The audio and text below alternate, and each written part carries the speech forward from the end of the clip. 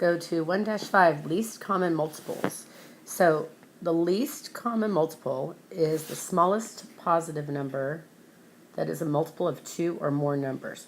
So a lot of people get least common multiple and greatest common factor kind of confused. But let's think about what this says, what those words mean, right? So least means smallest, right? Common means they all have it in common. They all have it. Smallest number. Oops.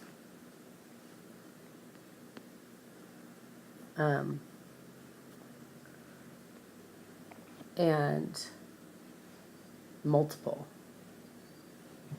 So really what that means is the smallest number they can go into.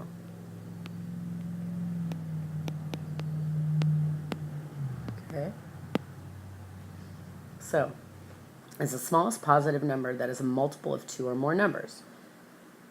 The easiest way to find the LCM is to list out the multiples of each step and stop when you find one in common. So what I usually do is I start with the biggest number.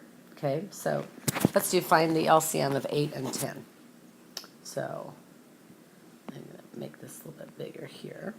Okay, so for 8 and 10, I'm just going to start listing out the multiples of 8 and 10. When I say the multiples, I mean I'm going to count by 8s and I'm going to count by 10. And I always start with the bigger number because there's going to be less of those, right? So 10, 20, 30, 40, 50, 60, we can keep going, 70, 80, 90, 100. Now let's go by 8s. We have 8, 16, 24, 32, 40, 48, 56, 64, 72, 80. Those are the first 10, okay? So I did the first 10 multiples of 8 and of 10. But where do they have one in common?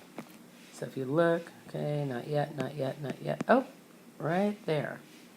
You've got 40 and a 40. Now, somebody out there is going, wait, Miss V, I see another one. They both have an 80 also. But remember what we're trying to do. We are trying to find the smallest number that they have in common. So in this case, that's going to be 40. Okay? So let's try it with 15 and 4. Okay? So again, count out. Here's your 4s. And here's 15s. I'm going to start with the biggest one. When you see 15s, I always think of a clock because there's 15 minutes in a quarter of an hour. So every quarter of an hour in a clock is 15 minutes, right? So 15, when 2 quarters have gone by, it's 4:30 or whatever 30, right? Then 45, then 60. Then if you kept going, you'd have 75, 90, 105, 120. That's enough. Okay? So if we count by 4s, we have 4, 8, 12, 16, 20, 24, 28, 32, 36, 40, 44. Gotta keep going. Nothing is coming common yet, right? 44, 48, 52, 56, 60. It takes me all the way to 60 before I find a common multiple. Okay? So this is one method you have of finding LCM.